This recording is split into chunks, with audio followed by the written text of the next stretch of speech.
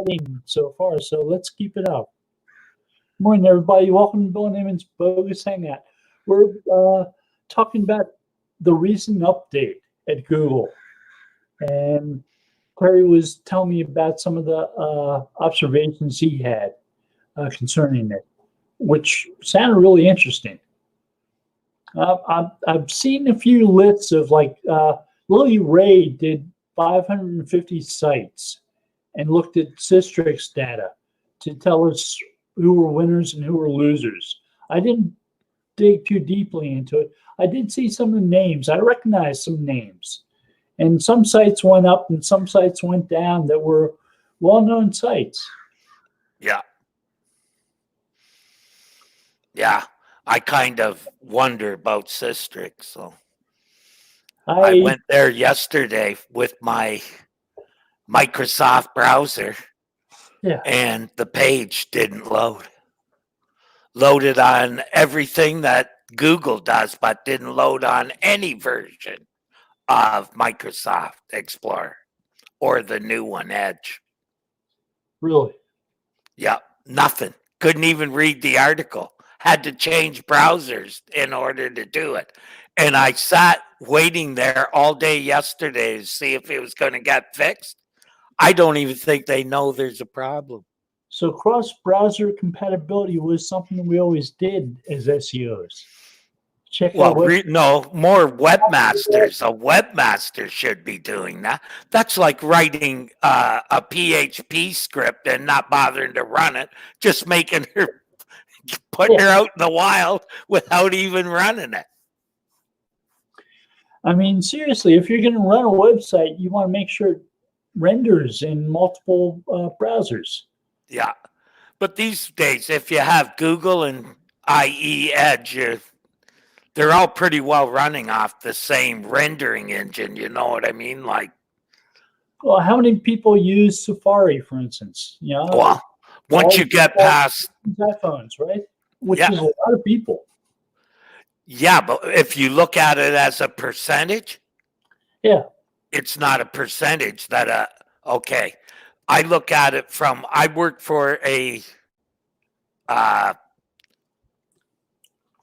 large company that's on the stock exchange, and they said something to me that made sense. We don't really care about browsers that are older than 2 versions. So back in the day, I was trying to cover, everything from the first Netscape to gold, right? Yeah. And they basically said, nope, just do 2 for each one, cover those 2. And after that, I don't think we're going to get visitors that use those. So, and I found in looking at things, that does cover most people 2 versions back. However, it should run on all of the browsers, at least Chrome,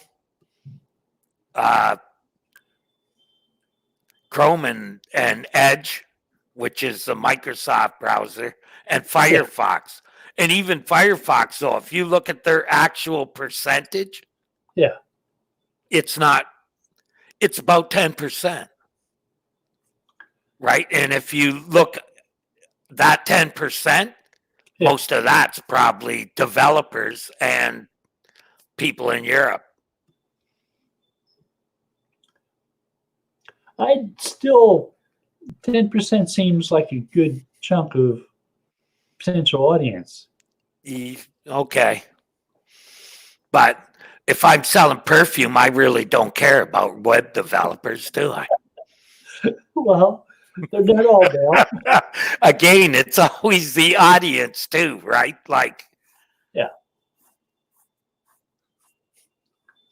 But even Microsoft, I remember when stuff would only work in their browser. Yeah. Especially if you got past the public pages, what was it? I think one of the versions of their ads, you couldn't log in unless you were running a Microsoft browser. I remember using Internet Explorer for a long time only because it had the Google toolbar on it. Right. And that's Also, the only there, reason I used it. I would yeah, use there's, Firefox and Opera. yeah, but there was also a time Yeah, when the DOM, the document object model that yeah. Microsoft was using, was actually better than the one in the other browsers. That's when I really got into using IE. Still have it as a option on mine, even though not many people use it anymore. Hmm. Yeah, I have to admit I mostly use Chrome and Firefox these days. Yeah, see, both of those, I Yeah, believe, sends everything you do right to Google. So, nah, I only run this stuff on when I'm on Google Plus, yeah. like, or some Google property. I use a Google browser, but any other time, not a chance. However, I'm probably just sending the information to Microsoft instead of Google.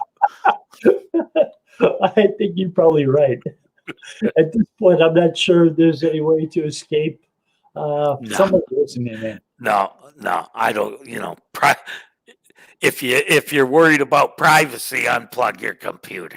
Yeah. Basically, that's my feeling. I have a friend who uses Apple and Windows-based computers, and I think she has times when Cortana fights with Siri, fights with Alexis, because she's got uh, Fire Stick for TV, so she can watch and They all fight for control of who's going to turn it on.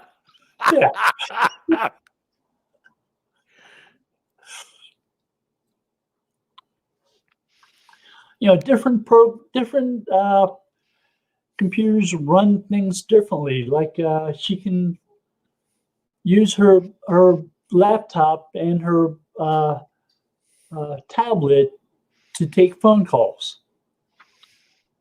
Oh, really? Yeah, and you can't really do that with Windows-based computers. Mm. But she can answer her Well, iPhone actually, it depends using her what kind laptop. of Windows you're running. I believe if you're running a server, you can actually put phone switches right in the server. My brother knows about that kind of. That's one of his hobbies. Yeah. Well, it's interesting to see her do that, and they Mhm. sometimes get really confused too, though. But Yeah. they do have power struggles. Like Oh, I'm sure. one But will see, remember passwords and the other will forget them. yeah, I'd never have that problem. Macintoshes are only good as doorstops.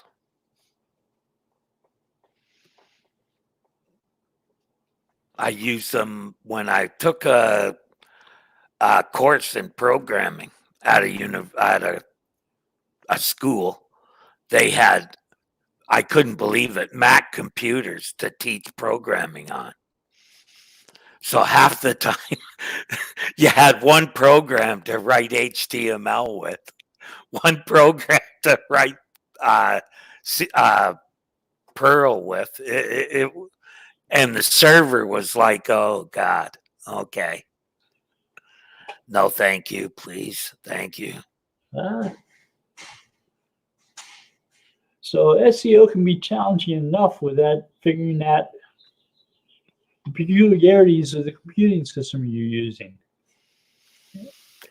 Yeah, for sure. I spent a summer at one job where they uh, gave me a Macintosh laptop to use. And I was bringing my Windows-based laptop in to work with too, because I was used to using software running on it. Yep. And sometimes you can't even find software that you can get on Windows. You can't even find it for Macintosh. I mean, I remember using GNU Link Sleuth to crawl websites. And there was a version of a similar program on Apple. I think it was called Integrity. And you could use that to crawl sites too. Yeah. This was back in the days before Screaming Frog, right? Yeah. Which I guess works on both Windows and Apple. So it's good to see tool makers bridge that gap. Yeah, but a lot of them don't. Why build programs for 10% of the market? Just doesn't make sense. I think it depends on what the program is and what it does. I have my friend who's using her phone to answer calls uses a program that does data visualization, and it works well with Windows. But it seems like the type of thing that people using Apple computers would use, because it does visualization. It lets you build graphs with data, flowcharts, and show how the data is connected to each other. Yeah. And it seems like an Apple type thing more than a Windows type thing to me. There's Windows stuff to do that. I don't know what it is. Actually, my brother used to work at a place where they used a lot of that kind of stuff to make graphs. It was for a financial company. And I remember there's a Visio Professional that would let you do Visio was the one they were using, I'm pretty sure. It would let you do graphs of your website, flowcharts with all the connections between pages. Yeah. It's really nice. Yeah. When we used to build a thing like that for a website, now you install WordPress and all that work's done.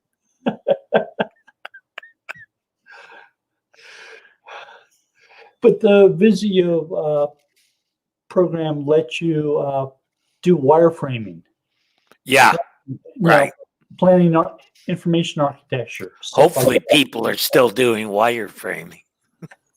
Kind of helps to understand how people can get from A to B on a website. But I haven't seen too many companies that actually use them. Mm-hmm. Talk about it, but don't actually do it.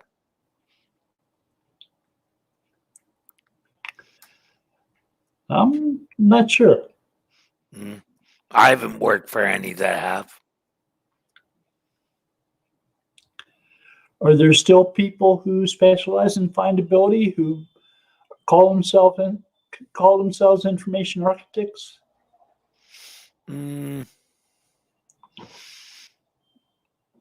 I not sure. Not sure. No comment.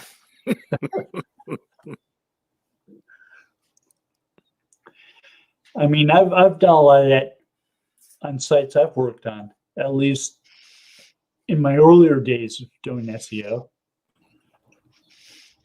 Yeah, but to me, that's more of, for me, when I think that's something, okay, that if an SEO is doing that, they're a day late, because it should have been done when the site was designed. Well, I was talking about doing that when I was designing sites. Oh, okay. Yeah. Yeah. But to me, right? Yeah. The SEO and the web designer should actually be working on that. That's at the wireframing stage, actually. Yeah. Designing your top navigation and whatnot. Of course, then you can do it the easy way and just get a mega menu and put every link in it.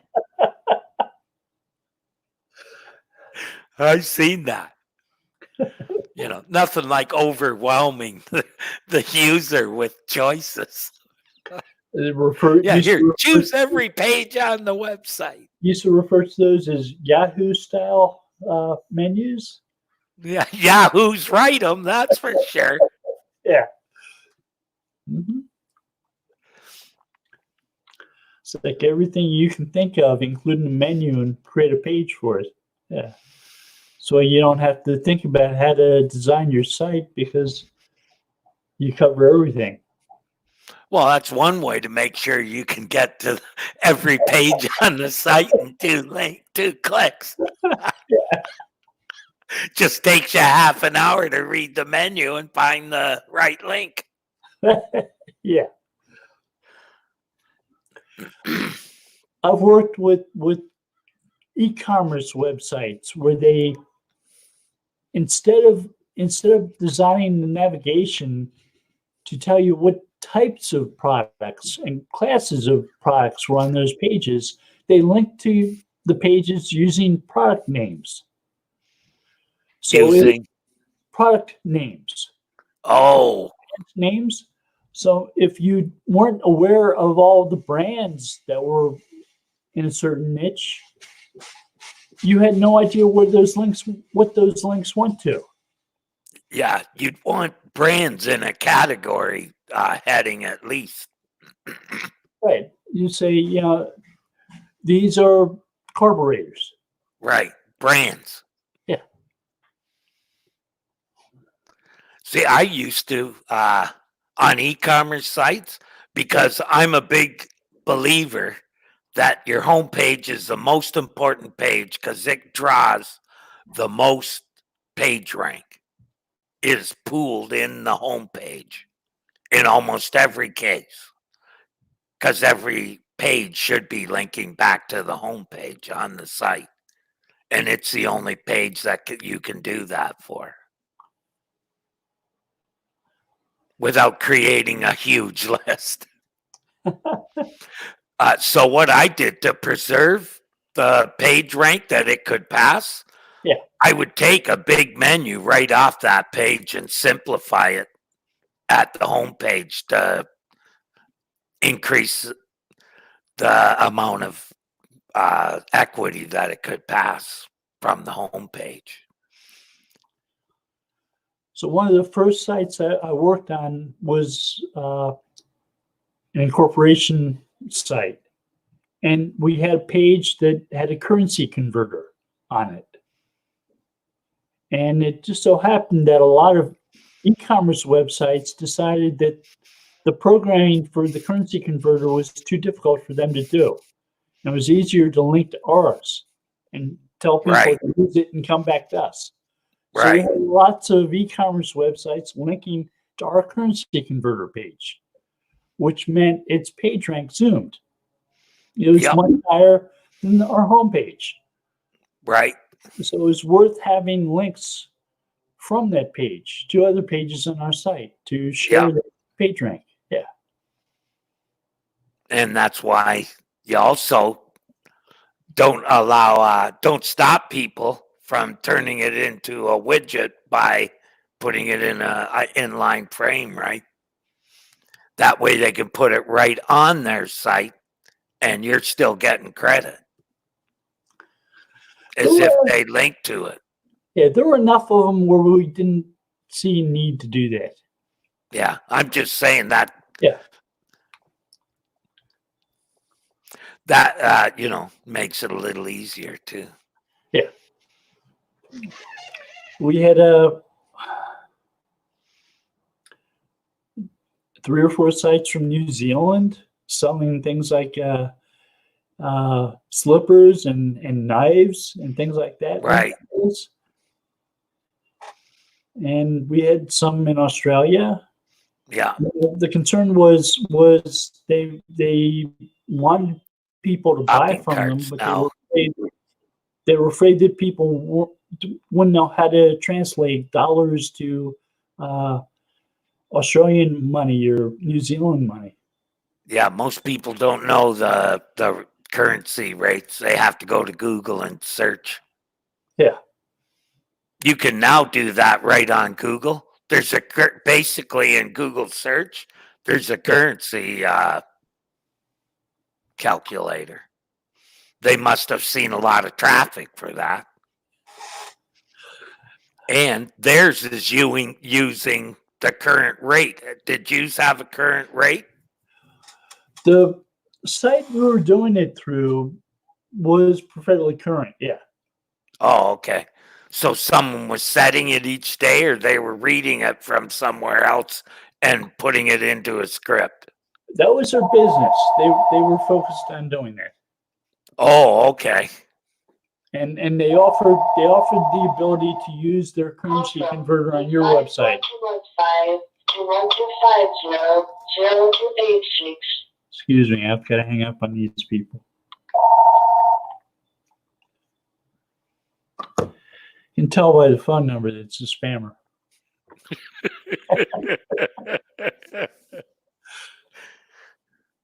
See, the caller ID doesn't say a name, and it just says a local phone number, same area code. Yeah. Yeah. Spoof it. Yeah. It's not a real person if it's just a phone number. Right. And learned that after the first few hundred answering them. Yeah. Yeah. Not my favorite. I get a call every 2-3 times a week from Google asking me to update listings that I have done the work a long time ago. I think someone got an old list and just keeps calling because I don't even pick up the phone anymore.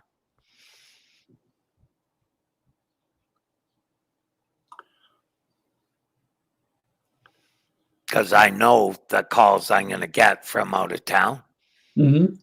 and they always ring as not local calls.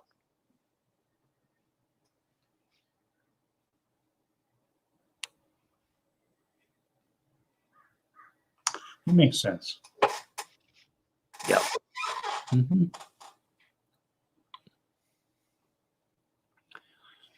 So we were talking about the updates.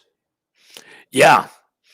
I haven't really looked into it too much yet. I'm actually trying to get a hold of our buddy. We haven't done that, and we used to do a lot of that when we were doing forensic SEO. Yeah. And I know Dave's still doing some of that. So I'm going to probably do the review and then show him what I saw. He generally takes a quick look and either agrees with it or disagrees, and yeah, we figure out something pretty good. That's usually how we did it in the past. I put together the data and kind of look at it from the programming and technical side, and Dave looks at it from another angle. Dave does whatever it is. Dave does that deal. Right. Yeah. Like on a couple of them, we disagreed about large shit at the top of a page. Massive graphic or video or anything that takes up a lot of space, right? Yeah. I've said for a long time, all of that is negative. That's a negative on the page quality because you're pushing the content down the page. That come right out of Stone Temple. Yeah. They had an interview with one of the people who did machine learning for Panda. No, excuse me. We call it Goopla. Other people call it ads above the fold. Yeah. Right, but that's a crappy name for it. We call it Goopla for Google. Place, position.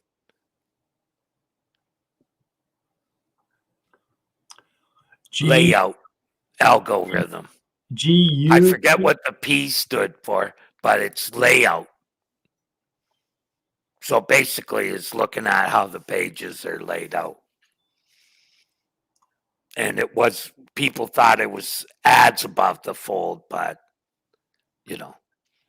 So it's if not. you look at Google's own AdWords stuff, it says, yeah, put as much stuff as you can above the fold because that's where most people look.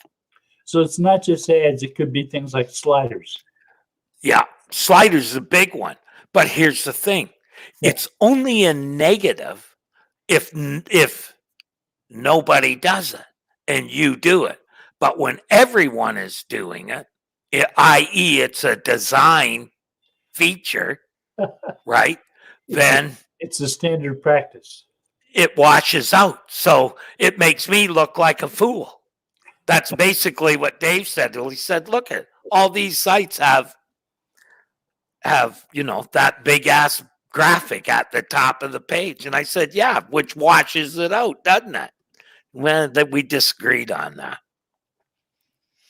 But that's one of the good things about working with Dave is we can agree to disagree and kind of keep watching for maybe he is right. Having that communication makes a difference. Yeah, I miss it because yeah, I miss it because I'm more or less working on my own now. Yeah, and I really miss that kind of, especially for that kind of thing. To bounce it off someone else as well, right?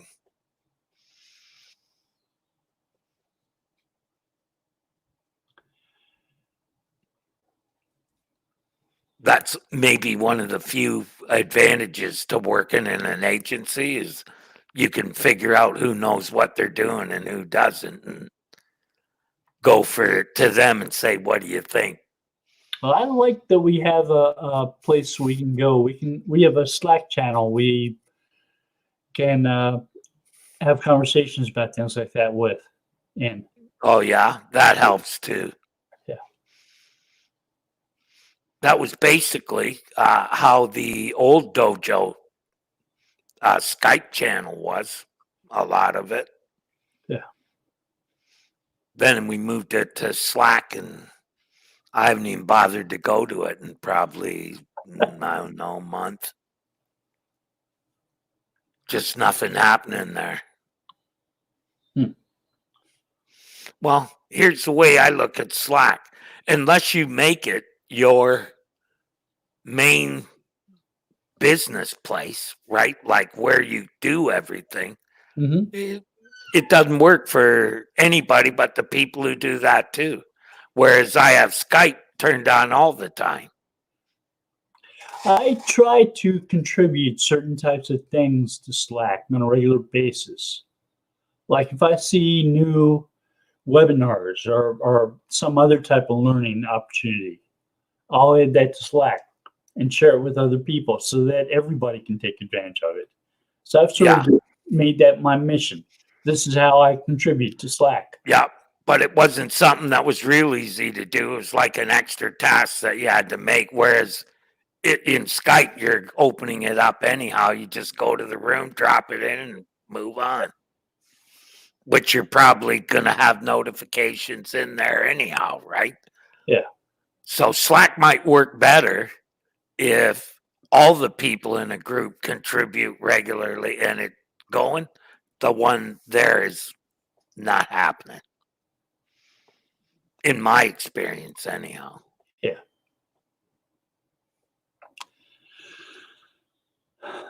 You need people to actually use the tool and participate. And if they don't, you're not getting anything. Yeah. Yeah. Like right now, I'm still kind of investigating that 307 response from the server. Yeah. I don't really have anywhere where I feel comfortable asking the question right now, or where I think I'll get a big enough audience.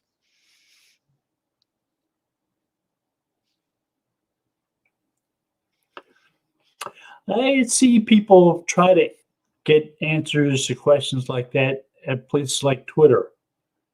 And yeah, but something like server settings and that, I gotta pretty well know that you know your way around a server before I'm gonna take your advice over my own brother's. So how helpful would a stack exchange be? Stack Exchange, that's where I get a lot of my programming information and stuff from. Mm-hmm. So I might find that place. It can be good and bad, you know what I mean? Yeah. But for instance, in the dojo room, I knew 2 or 3 people that I could knock on the door and say, hey, I'm getting this.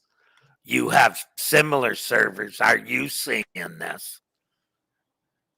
Because I've narrowed it down to it being the way the server is assigning that job. They're using a different method than the HT access, actually. Yeah. It's changing a host file rather than the other one. But it's not just doing it on my server. I saw it on a number of other sites, some of who I actually know the site owner, and I'm pretty sure they're running on Unix and getting the same thing. But it's probably Nginx. I think that's how you pronounce it. It's a flavor of Unix that's Yeah. Kind of on the edge, Yeah. right? Yeah. So they, because what I have found out is 307 is actually the response code for temporary move in HTTP in a version of HT in 1.1 of the HTTP. I think I said that right. So it's just a different response code for 1.1. But what I didn't like was Google was calling it a server error. Because it's a server host file, server configuration file. I'm not sure why it was doing it. Probably because it didn't recognize a response. Because it was saying it was a server error. Yeah. Now I was programming on that page at the time too, so that may have caused it. But I have to go into the console and check it again. Because one of the sites I know, I'm pretty sure I even know who the hosting company is.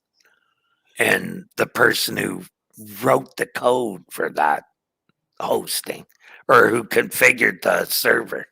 He's a good friend of mine. And I know it's Unix because he came to me and asked about doing it on Azure.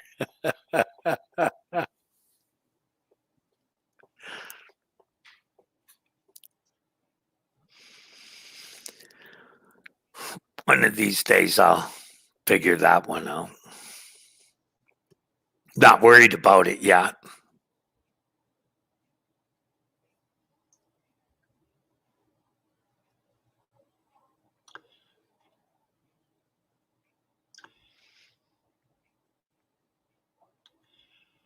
So I had somebody ask me about changes that they're seeing to sites like Spotify as part of that update, recent update. It seems like some music sites are getting less traffic than they used to. Yeah. But what you do though is you look at the losers and the winners, and if there's losers in music, there's got to be winners too. Or it's not a category thing; it's a site thing, right? Okay, yeah, that makes sense. That's why on the medic alert, for instance, you saw a bunch of medic sites go up and a bunch go down. Same with e-commerce. Bunch went up, bunch went down. So then you can look at those two different types of sites and see, okay, what's the difference between what this site did that got the advantage and these sites that went down? Same category, right? So if you have a winner or loser that's not in a specific category, that's got some They're in the presence same and industry, list. Yeah. right? So you kind of can see, okay, there it's balanced But if you have because like, they're all coming from the same SERPs, right? but, Going but for the same yeah, keywords. but if you have a site that's seen a drop that isn't in one of those categories, you might want to look at that site and see if there are any problems with the site itself. Right. That's an outlier. I call that like an outlier. So Yeah. those are also anomaly is another word I use. Those are really important to look at in an update. Learn that in Hilltop. I could tell when a Hilltop, after Hilltop, that update, whenever they refresh, because they still did Google Dances then. Whenever they did the dance, certain pages came up in the results in the top that shouldn't have been there. I know that because I complained about it, and within 24 hours they were gone. But every next time they ran the refresh, Yeah. bam, there they are again. Same two sites, exactly in the same places. One was on Wired. They had one SEO article on the site, and one had a parameter and one didn't, and both of them were ranking. Exact same content, one with a parameter and one without a parameter. Two different pages to Google, right? Yeah, if the URL's different, Google should be identifying them as different pages. If Google's ranking both of them, there's something wrong with Google. Yeah, Could and be a that's lot why of when I when I brought it to their attention, two sites were like that. Both of them were gone in less than 24 hours. That's how I know, okay, they do read the complaints. And if they see it as valid, they actually do something about it. But so many SEOs, it's, well, my joeblow.com is, Yeah. not ranking ahead of the New York Post for this. Why not? Well, My site's better. I saw Gary posted on Twitter a complaint. He said, "We appreciate the feedback that you all give us, but when it gets to be the length of War and Peace, it's a little bit much, and we can't respond to it. Yeah. So keep the feedback coming, but make it something Mine you was can just a few words. Yeah. These two URLs appear in here twice, and the reason they are is because it's a parameter. Yeah. And it was gone real fast, and it was a short note. Not an explanation of why my site is better than, the New York Post. Those are the ones that get me when an SEO says, well, my site's as good as the New York Post. Spam. Come on. Pull your head out of your ass. Site positioned above mine? Spam? Yeah. Or even thinking that you could be in the same breath as the New York Times. Like, that's common sense. That's like the Times Journal saying, yeah, we're as good a newspaper as, the New York Times. Because we're in the same business, writing about the same things. Yeah, not really. But I've worked on sites that could be. It's like I'm sure. Yeah. I'm sure, but it takes a lot to get to that point. One of the sites was it was from an organization that was created by Thomas Edison back in the 1800s. Oh, there you go. Yeah. It had plenty of authority. It's completely independent of the New York Times. Right. I just, never understood that, comparing your site to another site, especially a site that's really well known, to me is like it's a waste of time and energy to even talk about it. Yeah.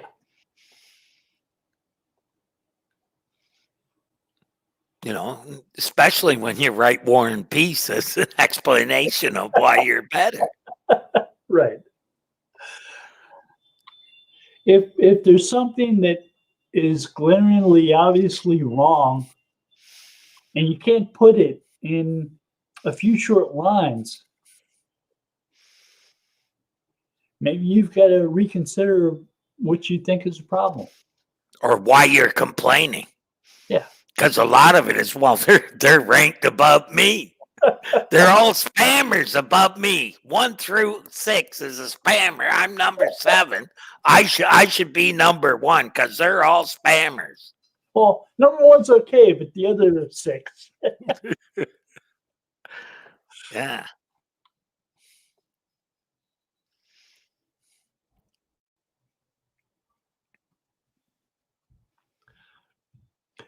It's amazing sometimes. You look at a set of search results and you have absolutely no idea how close or how far apart they are from each other. Why Right. one site ranks above the next site. Is it a matter Yeah. of just one link? Is it one page is just a tiny little bit more relevant? It has the keyword on it one more time? Or is it that there's more pages on that website that have authority linking to that page that, gives it the authority to rank? There's so many variables that, it's a waste of time. Just Yeah. look at all the variables and see which ones you can do something about and do it. It's like when people want you to do a analysis of competitors. And when I do analysis of competitors, I'll come up with things that I like and dislike Right. on competitors' sites. Right. Because there's no way I can tell them this site is ranking ahead of yours because of this. Yeah. It's ranking That ahead can because of this. Okay, I had a client that I worked for him for about 6 months, and we were trying to beat a couple of sites. And everything we did, we couldn't do it. Like, it just wasn't going to happen. Yeah. And it wasn't links to the sites. That was about comparable. So I started looking, right? Yeah. And I saw that the other companies were just doing a few things better that he wasn't doing because they had a good mega menu set up and he was just trying to link to the main categories in the main menu. Yeah. The other companies were doing categories and subcategories, but not any products mixed in with that. Just, very well structured, easy, to see which part you wanted. It was Yeah. well done. And that's what I finally figured, okay, this is the only real thing I see.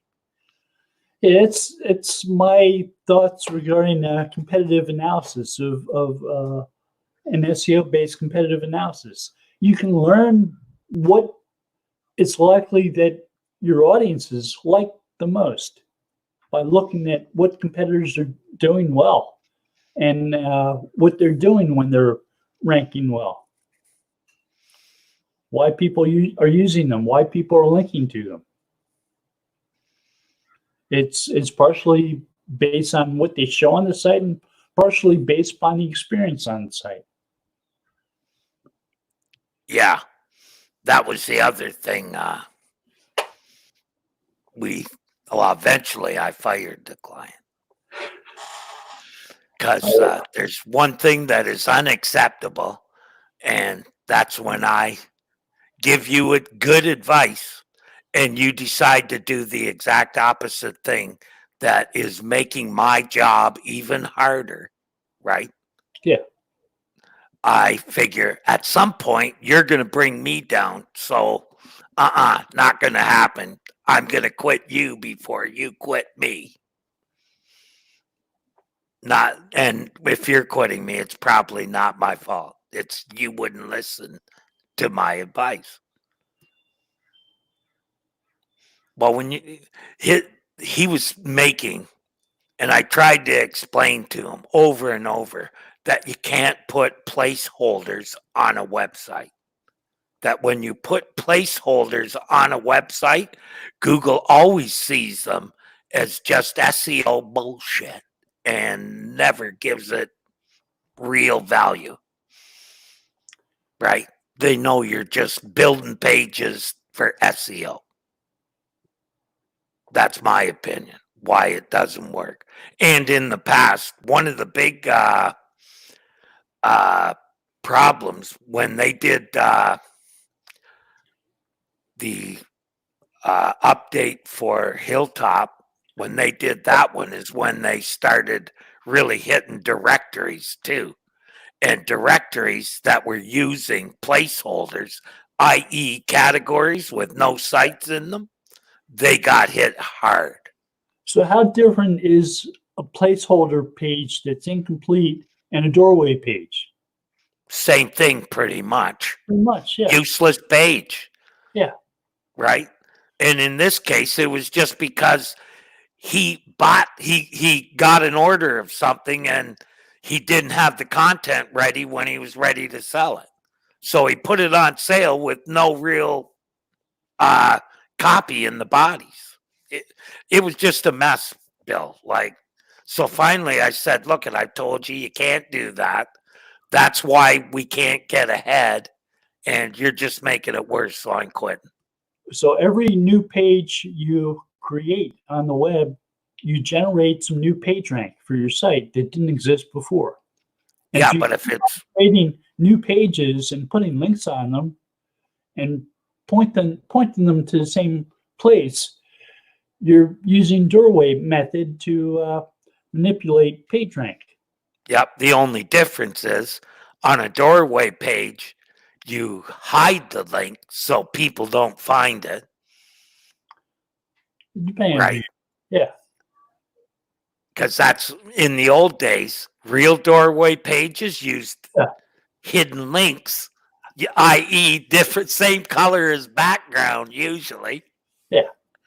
To hide the link to the really tiny fonts or other methods. Yeah. Yeah, lots of different ways they did it, but that's how they linked to those pages.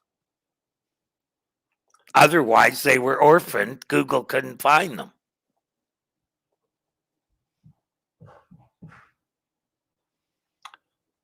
Yeah, well-known company. I caught them doing that twice.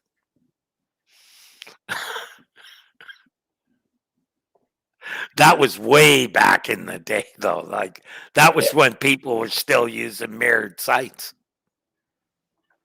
To show you how far back that goes.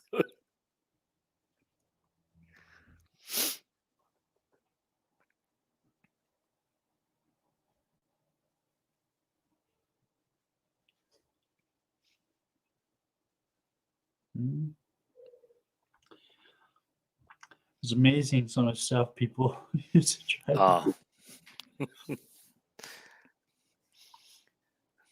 Yeah, I was looking at the old RFP for, or excuse me, the members joining for SEO pros. And I used to have a thing that basically would identify companies that were doing cloaking or any of the, hosting the pages, all the shady stuff, right? Yeah. Hoping someone would be dumb enough to tick that box and save me a review. But not once was that ticked. So they were paying attention, huh? Well, or they realized why it was there.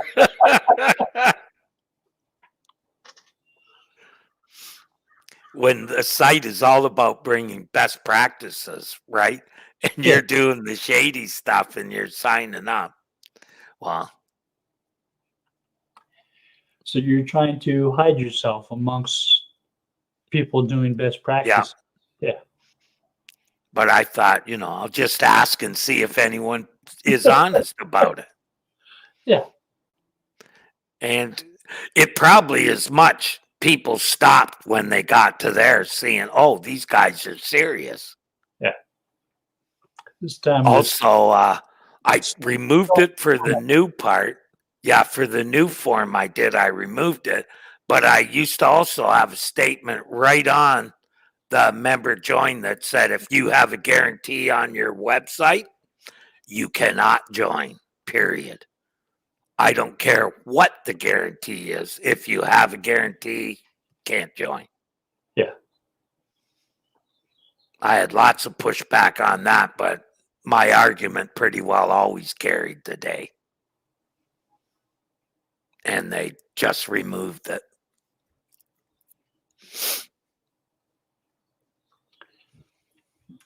A few people tried to hire me as an SEO who wanted a guarantee. I had a few people who tried to hire me as an SEO who wanted a guarantee. Yeah? Yeah. I told them things I would guarantee, like the site would be fast, the site would be accessible, the site would be legible. I told them that I couldn't guarantee rankings. Nope. No, I say nobody can guarantee rankings, and anybody who thinks they did is dangerous. Yeah.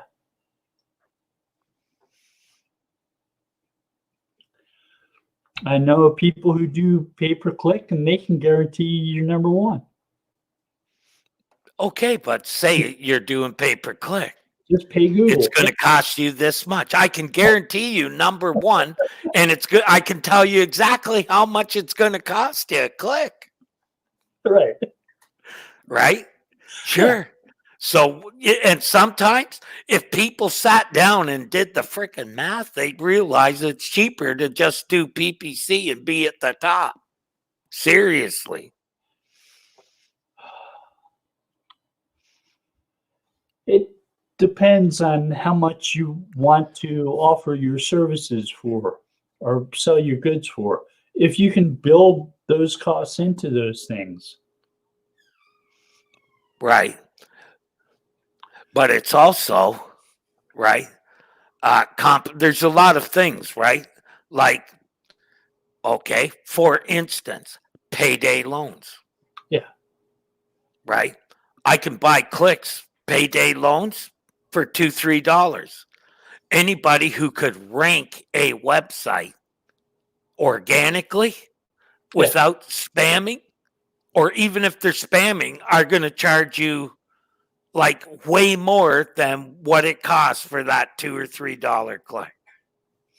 Otherwise, they're just taking your money and they're never going to rank you because you're talking a lot of money. And this way you're guaranteed. I had it down to about $15 a lead. Yeah. So figure that to get leads for SEO. Right? In some cases, there isn't even enough traffic to do that. Oh, I can tell you one, like Office Space. Yeah. Right? We were ranking for in the top 5 for pretty well all the keywords. All we could generate was 3,000 page views a month because of the inventory. Top keyword only has about 300 queries a month.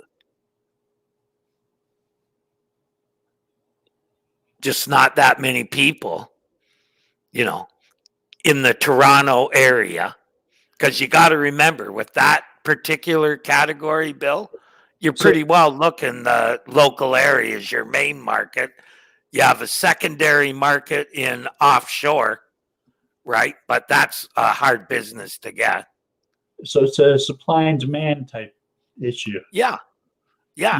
You have a limited demand you're not going to be able to do too much with supply. Yeah.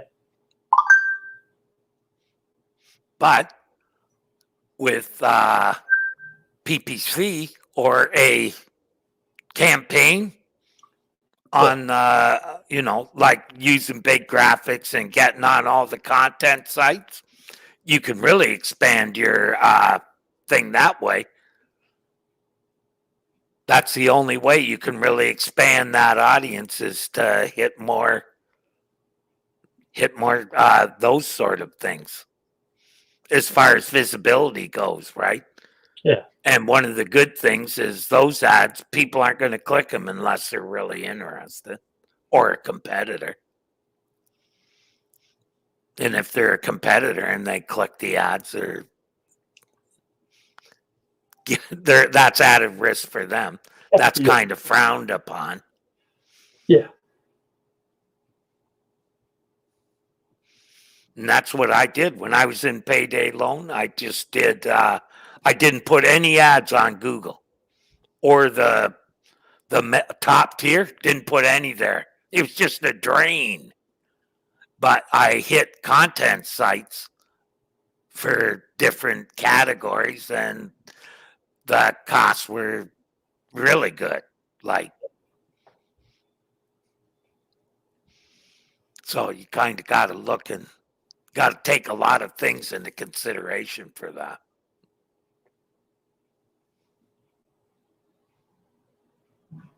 And for me, the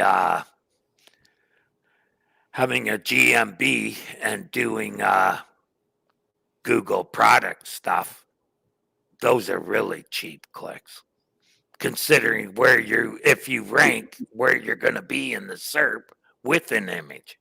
Yeah. So is Google's offering merchant product listings for free now, right? Sorry, I'm not paying that much attention. Not anymore, anyhow. I think they started doing that with the pandemic going on. Oh, yeah, that's possible. I know that to help small business here in Toronto, remember last week when we were talking about building sites on Google? Yeah. Yeah, they're building a site for Toronto businesses, small businesses, to have a one-page site. And Spotify is sponsoring it. Like a shopping mall type thing? Yeah, it's called Shop Here Toronto. I believe that's it. Shop Here Toronto, or Toronto Shop Here, something like that. Yeah. But it's just for local merchants, and artists too can put up their stuff. I remember working with some sites that were doing that, where they had one page per merchant, and yeah, they were calling themselves collectives and things like that. Yeah. Yeah.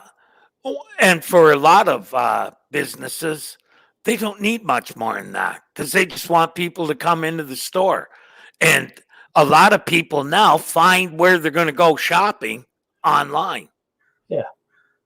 So, if you've got one page and you have 3 or 4 products or 3 or 4 good price stuff, right? That's all you need.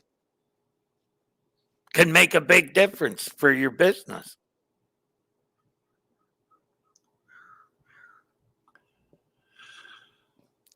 The antique shops in a town I lived in Delaware used to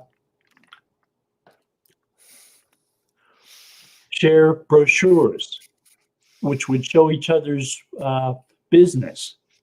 Oh, yeah. And you'd go into the shop, you'd go into the foyer, whatever, and grab one of those off the shelf. And this way you can make a day of shopping at antique shops.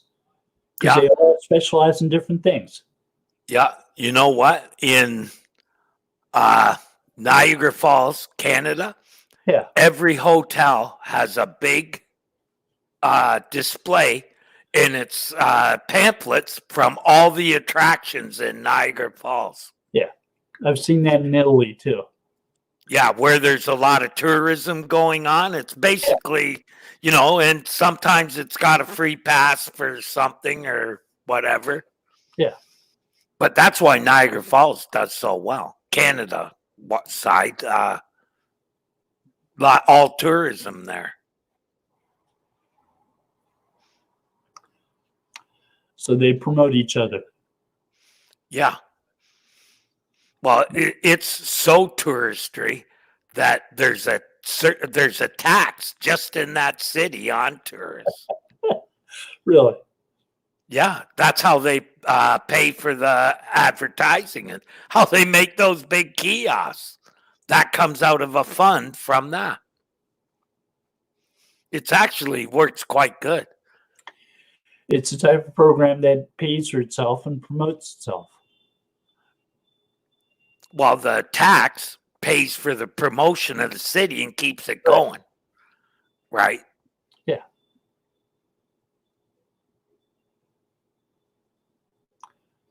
And I've seen towns do that. I remember Culpeper, Virginia, would do something like that. That would be probably another, because of the battles and stuff, there would be from the Civil War. Or, Yeah.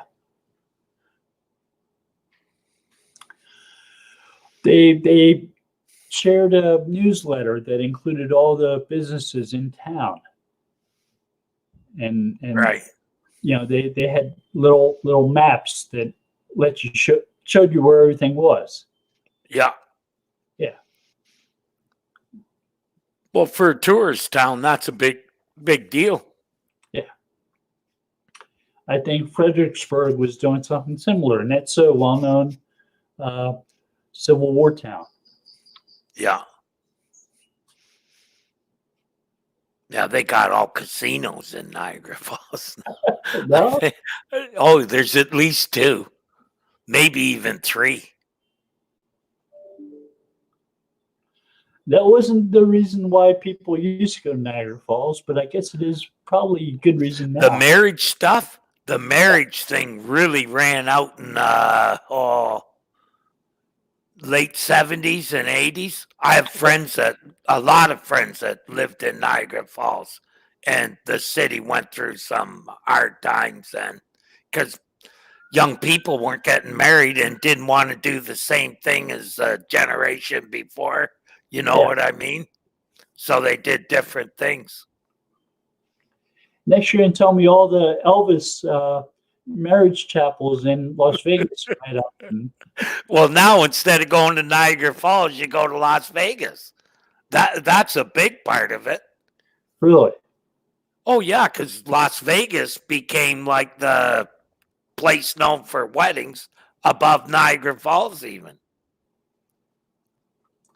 So people did want to get married by Elvis. Oh yeah, I'm sure. If I got married, it'd be a joke, that's for sure. Elvis would be the perfect guy to do it.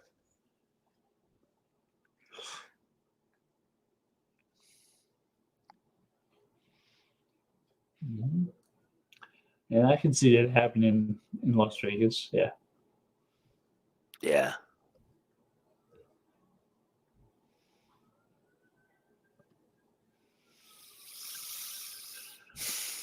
Well, this is our show for today, I think. Yeah, we actually didn't talk about COVID-19 once. No. That's so much on top of mind. I mean, it's on TV nonstop, every channel. Yeah, I quit watching it because, I watched it this morning. What I watch, I just watch for what the prime minister announced because every day they give someone else money. Every day they give someone else money. And today I got $500. Every senior citizen in Canada got $500. 300 in one program, and I also got GIS, which was another 200. They're talking about 4 or 5 different programs here of economic stimulus checks They're not Yeah. sure which ones they're going to go forward with, if any.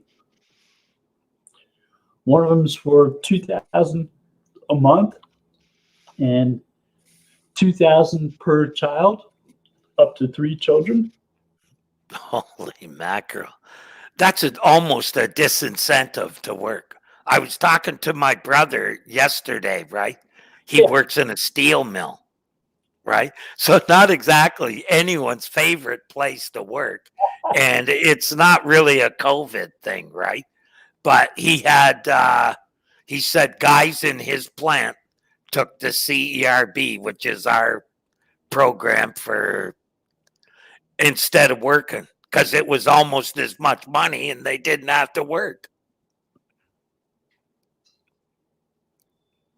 Seeing a lot of that.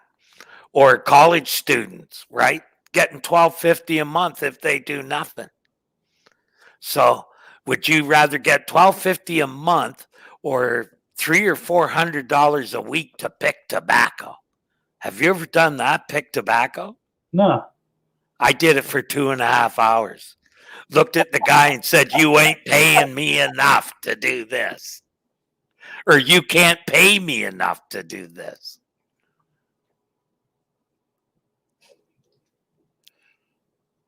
That's when I realized at a young age I don't like manual labor.